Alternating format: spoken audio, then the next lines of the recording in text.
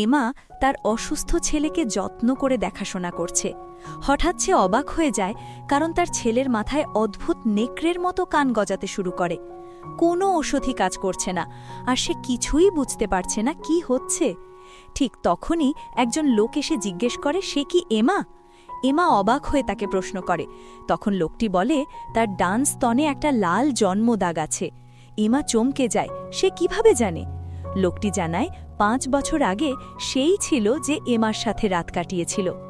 হঠাৎই একটা নেকড়ের ডাক শোনা যায়। তারা দৌড়ে গিয়ে দেখে এমার ছেলে একটা দানবে রূপান্তরিত হচ্ছে। এমাকে দেখে ছেলেটা দ্রুত আবার মানুষের রূপে ফিরে আসে এবং চাদরের নিচে লুকিয়ে পড়ে, বলে তাকে যেন না দেখে।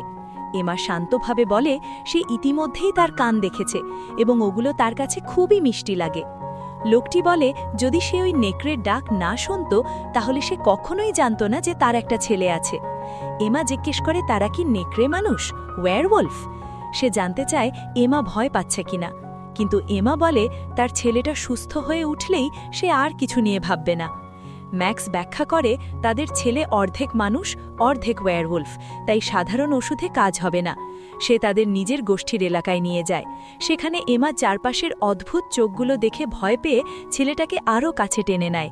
তারা সবাই আসলে মানুষের রূপে থাকা ওয়্যারওয়ুলফ। তারপর ম্যাক্স ঠান্ডা ঝর্ণার পানি বের করে এনে আস্তে করে তাদের ছেলেকে খাওয়াতে থাকে।